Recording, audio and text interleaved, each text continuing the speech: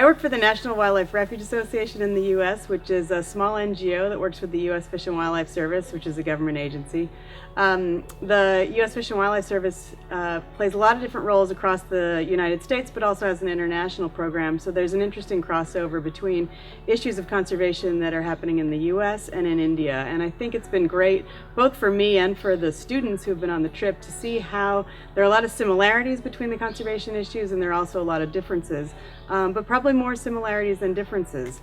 And they have to do with habitat range for wide-ranging species, predators like tigers, or in the US like panthers in Florida, or wide-ranging species in the western United States.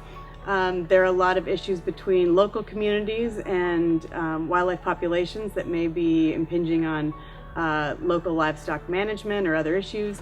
And ultimately, there are a lot of overarching goals to help protect apex predator species as an umbrella for other species that are either threatened or at risk. Much like in the US, there are a lot of issues that come into play between local communities who are maybe managing livestock and cattle and wildlife conservation issues. One thing I think that both the students and I have been really impressed by is the commitment by a lot of conservationists who are really having to be persistent and raise their voices in favor of conservation in a place where there are a lot of other social issues that are extremely pressing, poverty being the most obvious, but a lot of political issues and natural resource issues. Earlier in our trip, we visited with a number of students from Delhi and Jaipur and talked with them about conservation issues, and I think it was pretty influential to all of us to see how similar some of the issues are, and to be really inspired by young people in India who are very committed and very interested in tiger conservation and issues around wild tigers specifically, but also making the connections between wild tiger conservation, climate change, water, the economics, and the future of India. These are issues that are very topical in the United States as well. And I think that we've together learned a lot of lessons from India, and have tried to bring some lessons from the US to share with both students and conservationists here.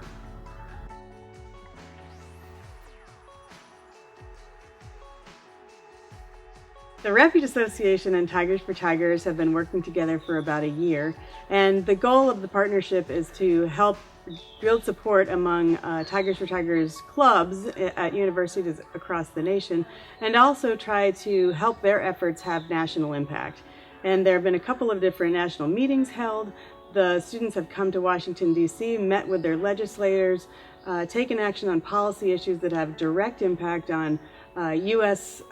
policy on poaching, on multinational species funding, and a range of other policy issues that may be related to states or more broadly. We think that this is a really important undertaking, that it's a way of engaging youth in a manner that has direct impact, and it's something that really helps students understand the political process and to see that they can have a genuine impact speaking out, meeting with people who have policy impact, and seeing real results. And I think the objective we have in working with Tigers for Tigers is to connect some of that activism with real conservation results on the ground.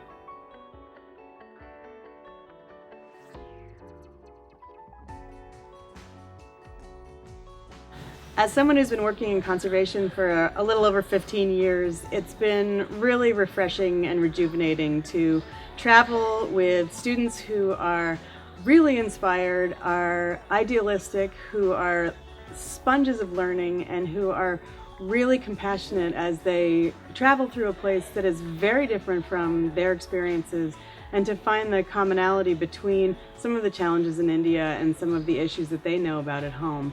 I think there's been a great benefit to seeing some of the theory put into action, and through game drives, through exchanges with local students, through cultural expeditions, we've really been able to put together a comprehensive view of many of the issues that are relevant in India and relate those to what these students have been studying throughout their university years, and a lot of social issues that they're aware of that are relevant in the US. So I think that that part of this, having the opportunity to travel with college students at this stage in my life and career, has been incredibly rewarding and exciting.